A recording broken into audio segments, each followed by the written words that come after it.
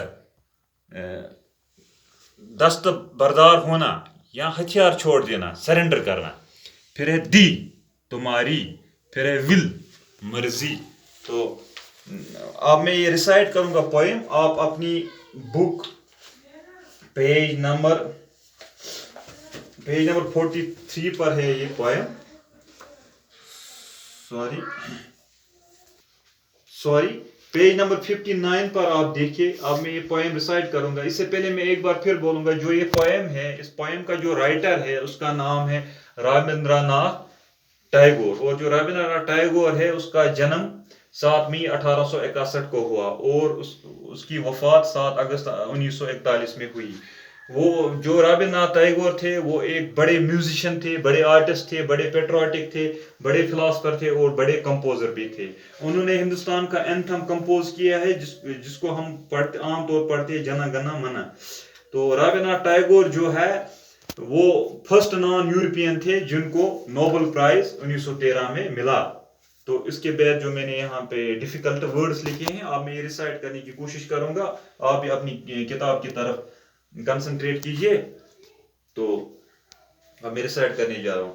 This is my fear to thee, my Lord. Strike at the root of Fenry in my heart. تو شاعر یہاں کہتے ہیں، یہ میری دعا ہے آپ سے، اے میرے خدا، اے میرے اللہ، یہ میری دعا ہے آپ سے. This is my prayer. prayer کیا ہو گیا؟ یہ دعا ہے.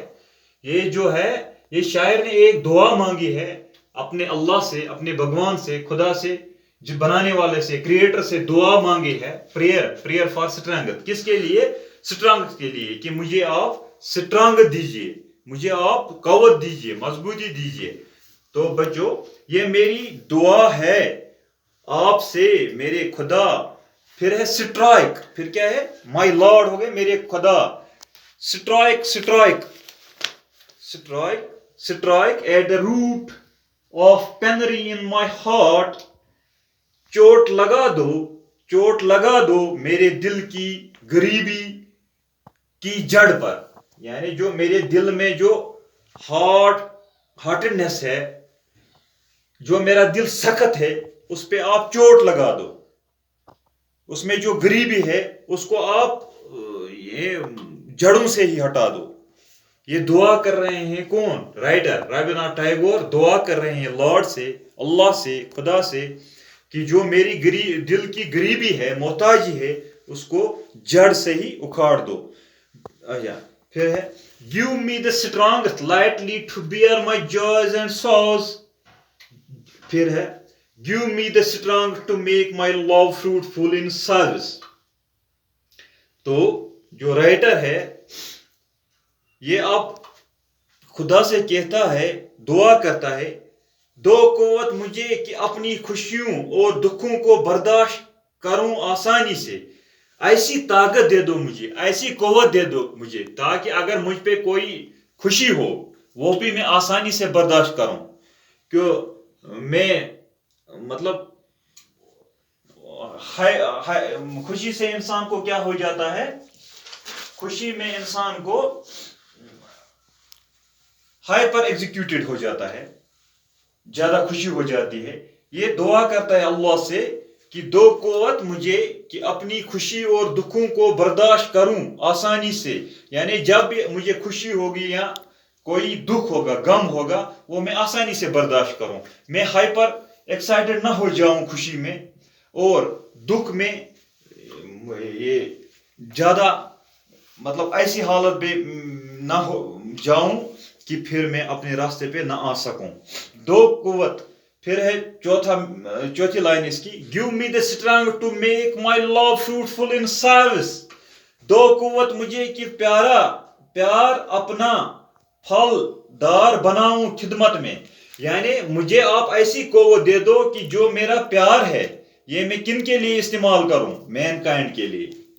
ان the service of mankind, یعنی کے لیے میں انسانوں کی خدمت کروں اپنی محبت سے، اور جو میرا محبت ہے یہ لوگوں کے لیے فروٹفل ثابت ہو. پھر ہے پانچواں مصرع، give me the strength never to disown the poor or band مائی نیز بفور انسولینٹ مائٹ. دو قوت مجھے کہ نہ چھوڑوں میں غریبوں کو، یا کبھی کسی بری طاقت کے آگے نہ ٹیکوں گھٹنے.